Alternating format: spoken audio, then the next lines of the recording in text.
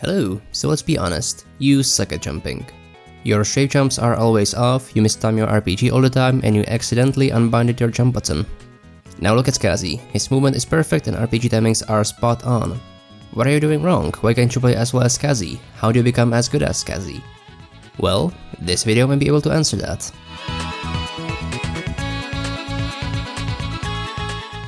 First of all, what game is this? It's Call of Duty 4.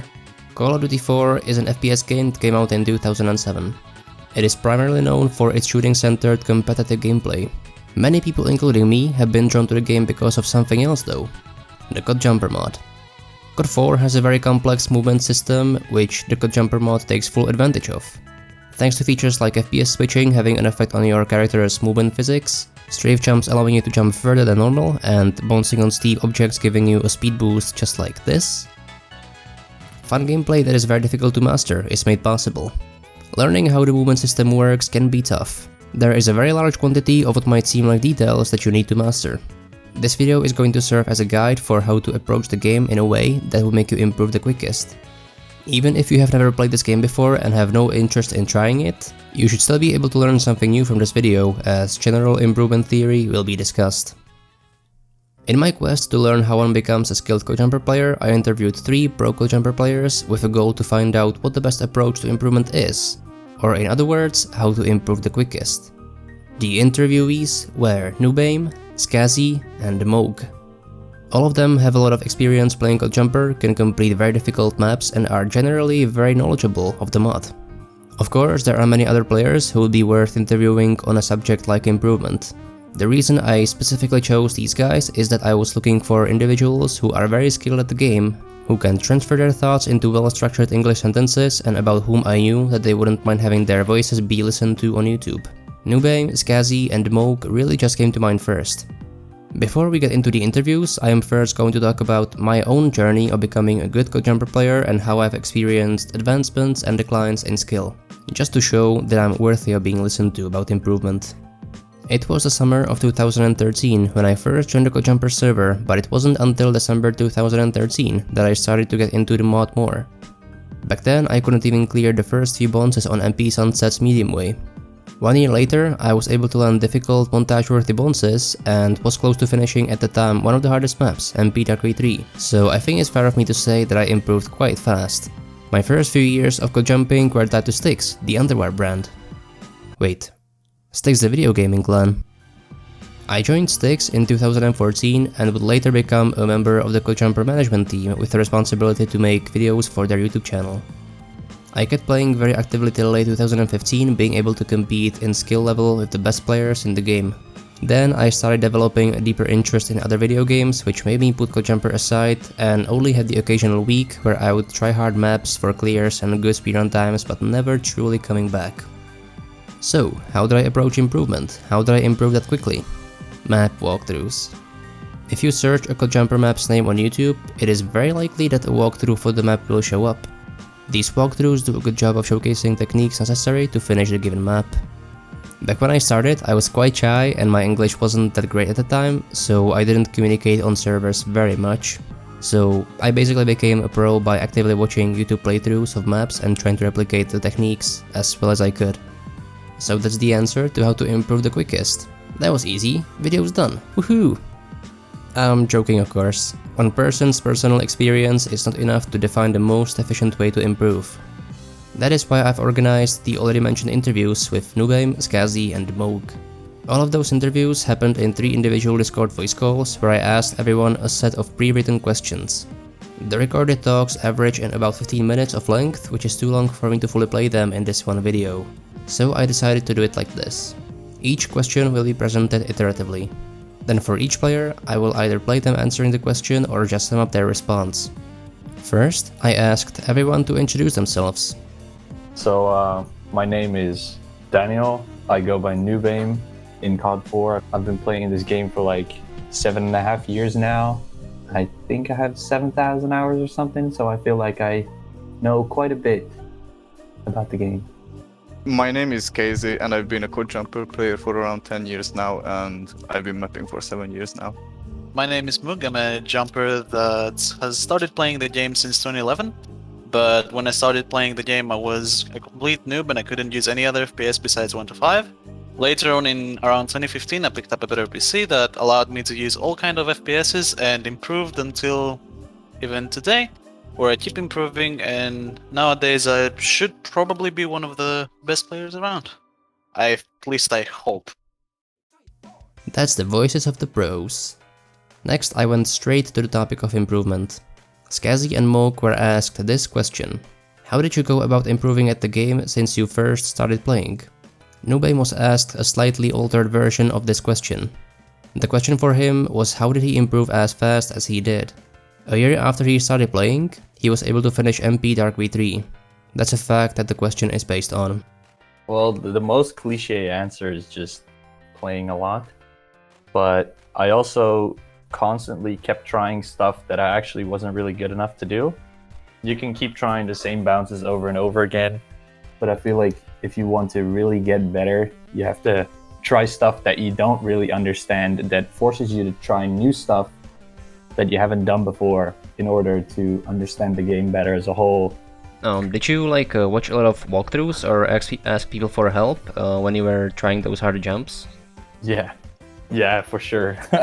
I used to watch a lot of walkthroughs. I've watched pretty much every Codjumper video that exists. Not only that, I used to be annoying, like asking people for help all the time and asking people to show me and explain me stuff. I always try to be good at something if I really got into it. I always try to push the boundaries. As the time went on, new and more harder maps came to be released, and I played them more through, and I slowly started improving. My first ever hard route I can recall was MP Descent by Wartesian, and I slowly but surely pushed myself into finishing Dark Free and Sunset. Around this time I got into mapping as well, and it really boosted my skill level in general. And my first map was on the sky, which made me like really good because the map is like extremely hard. When I started playing and I couldn't really use all the FPSs, I started watching other people play and try analyze what they did and what FPS they use. I didn't ask why they use them or anything, but I usually spectated better players. And that kinda got me off to a good start when I actually got my own computer and started using all the 3 FPSs. And basically... That's interesting. So how would you compare spectating to watching walkthroughs on YouTube? Is it basically like the same? I think not. When you're watching on YouTube, sometimes like the speed of when the players change the FPSs or the speed of the strafe changes and all that may feel different. Like when you're watching something in game, it actually feels much smoother to do. That's basically what got me to be able to start with hardways immediately instead of like playing interways like normally. So in 2015, when I started playing this game, I immediately started off hardways because I could see and understand why the other players use the FPS the way they did. Good enough for me to completely skip the interways and start with hardways. And from there, it was just pure tryhard. Each player's approach differs quite a bit, with everyone putting emphasis on different aspects of improvement. One thing is in common though, and that's how hard they push themselves to do better on bounces they weren't able to do before. Next, I asked, what do you think you did differently in comparison to other players that made you improve faster? With this question, I was hoping to get some common mistakes players make that make them feel like they've hit a skill wall that they cannot get over. A thing that I've always done, and I still do this a lot, is when people are trying a certain tech or a certain technique or a certain way of doing a jump, I keep trying different stuff. Even though I'm not quite sure it'll work or whatever, I'll just try it anyways, just to see how it unfolds. And sometimes I found a really broken or a good tech on a jump that I would never expect it. Yeah, and also I know where my strengths are. For example, I know I'm not that good at after bounce 2-3-2 switches. But I feel like if you know your strengths, of course it's important to use that to your advantage, but also don't get caught up on it. Don't be a one-trick pony. Like, still try to work on becoming better at the other techs as well. Whenever I try to perform a bounce, I never just went into grinding it. Like, I first imagined what I should do, And if I had that imagination, I practiced it. And if it didn't work out, I just changed my approach. I actually realized that most people in CJ never finishes their angle and on a strafe change. Like, best example is like 3-2-3-2 changes. They always try to do the next 3-2 change either too quickly, or they just snap to the wrong angle, and it just destroys their speed. And also they should just use a speedometer. Like, you can actually see what you should improve on. It really helps you understand what you do wrong and what you should fix regarding your strafes. I don't think I improved that fast, but I think just watching and paying attention to what other people say and do, and in combination with my own knowledge and using the speedometer, actually. So the speedometer was a big reason why I got pretty good at the game quickly, because it helped me understand why I use the FPS the way I do a lot better than just seeing other people do it. Like, not seeing the speed go up in a way that it should. Even today, if I just put it off right now, I will be a worse player than I normally am. So I would say that the speedometer was a really good way for me to learn the game. What about the angle helper? How does it compare to the speedometer? I've tried using the angle helper, and I know many people love it. I don't know if it will actually surpass the speedometer. Many people think it does, but it's generally good for learning the correct way to look at angles and not where the angles actually are. The angle helper helps you do more advanced stuff, but the speedometer helps you do more basic stuff. Interesting answers by everyone. My main takeaways are that you should not be afraid of trying new techniques, try to perform every detail of a technique right, and that speedometer is a very useful tool. Moving on to question number 4, where I asked how they go about trying to improve if they started playing nowadays. Ooh, well, right now, the meta is so different than it used to be back in the day. Nowadays, a lot of bounces and maps are focused on distance jumps and strafe switches and stuff like that, and not as much about like controlling your strafe or, let's say, being in a small room. Like, maps nowadays give you all the space and all the room that you need to do whatever you need to do, and it's usually more about like raw power or raw strafe switches. So I would actually suggest a lot of people that are still learning to try older maps, because the interways of the new maps are actually pretty comparable to a lot of hard ways on old maps. But they can teach you a lot of new techs and things about the game that you didn't know before. Personally, I would actually watch walkthroughs, trying to do harder and harder maps by the time, and understanding the game mechanics. That's the first that you should always try to do. How the angles work, how the strafe changes work, and how will you get the most speed out of them. Like, watching walkthroughs will give you a base idea how a bounce should be approached, but most of the times you can just adjust to your liking. Try not to always rely on your tech that you see in the walkthrough. Try to find the one that suits you the best. Asking better players how to improve is a good idea, because, you know, most of the players will give you a different answer. But one general thing that everyone says, and, you know, people kind of tell you all the time, is if you want to improve, try harder stuff. The other thing that I would suggest in order for you to become a better player is you go to a map that has a really interesting distance bounce that is either really hard with a specific tech, like 3-2 only, or it's really hard in general. And you try hard at that bounce for hours on end until you can do it pretty much every single try. If you do that, just the consistency you will get from strafe changing is gonna be a massive improvement on your gameplay. To sum up the answers, NoobAim finds versatility to be important and believes that old maps are a great way to become more versatile. Skazy would watch walkthroughs and try to understand the game mechanics, and Moug would ask others for help and spend hours grinding single bounces until he became good at them. Next question. Do you think approaching the game competitively and focusing on, for example, getting best times on maps will get you the furthest? I was interested to see if being more competitive as a person is a benefit in Codjumper when your primary goal is to improve. For this one, I'm not going to play the answers as there wasn't too much to get out of them. That's partially caused by how I directed the question. The two main competitive aspects of the Codjumper community nowadays are speedrunning and attempting to get the lowest RPG count on maps. What everyone agreed with is that speedrunning only leads to development of consistency, and trying to lower the RPG count on maps leads to learning about and perfecting new techniques, which is going to push your skill further. So no matter how competitive of a person you are, don't be afraid of giving speedrunning and RPG count grinding a try. Being more competitive will just give you an extra layer of motivation to finish a good run. The second to last question I asked was whether they find relying on other players on servers for help beneficial. We pretty much already went over that with Moug and NoobAim, so I didn't ask them the question. NoobAim just added that as a player who is being helped and explained how a specific bonus works, you need to actually listen and really try to understand what you're being told. Not listening is one way to make the helper feel like their time spent trying to help you went to waste. Skazy had this to say on the matter. You will most likely be able to come up with new techniques on your own when you can't rely on somebody's help.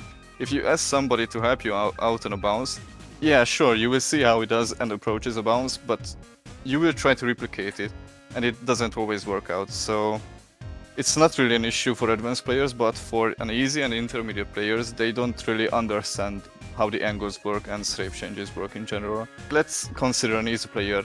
If you show him a bounce where you do like para strafe, he will never do it, or just a lot of 250 changes, he will never be able to do it. So you have to show him the most simple attempt that is possible, and later on he will just improve on it.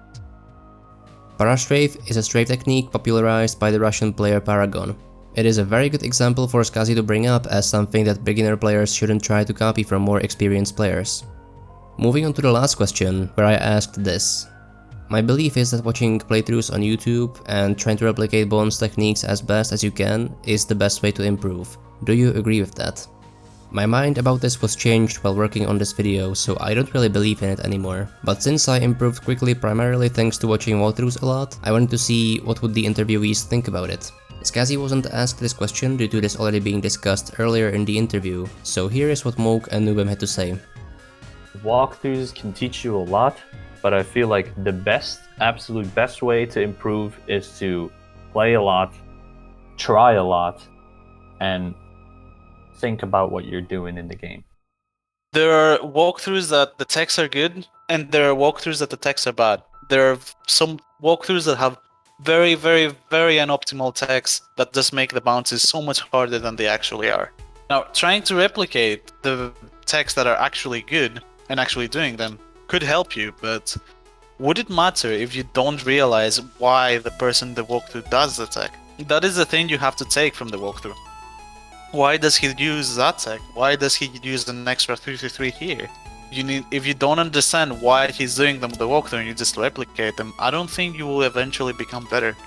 But you will become better at that specific bounce. My opinion on this really was changed. There's actually one more question that I asked. The last question.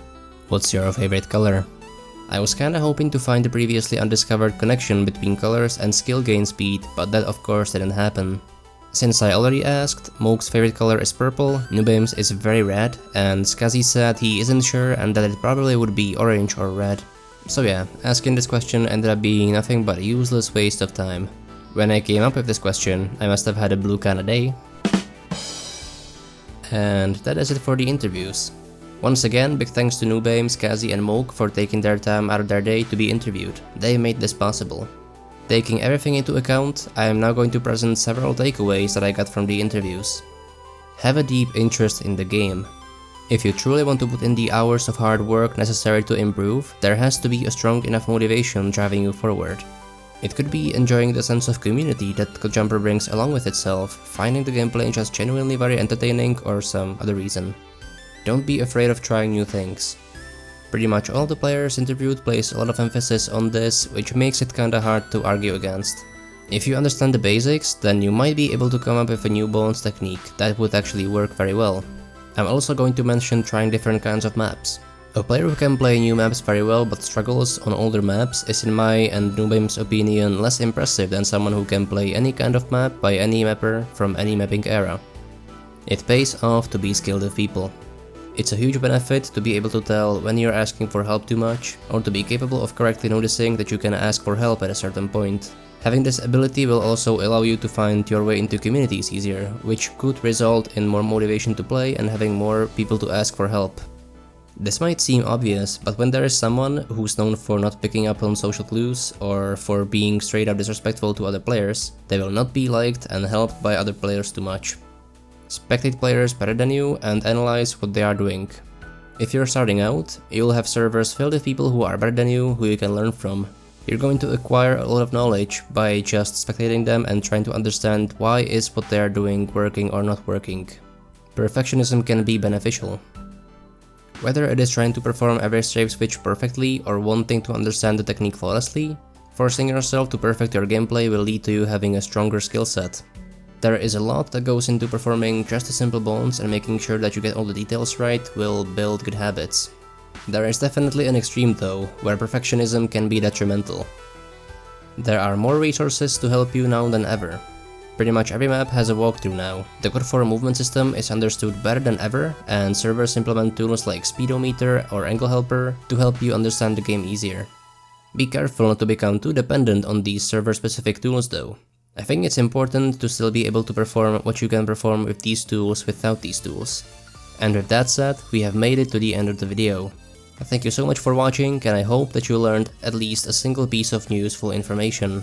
If you liked the video, please consider thumb-upping it and subscribing to my channel so you don't miss any future uploads. I was motivated to make this video because of this comment on my most daunting bonds documentary, to which I left an unnecessary long reply, making me realize that I actually have a lot to say about the topic of improvement.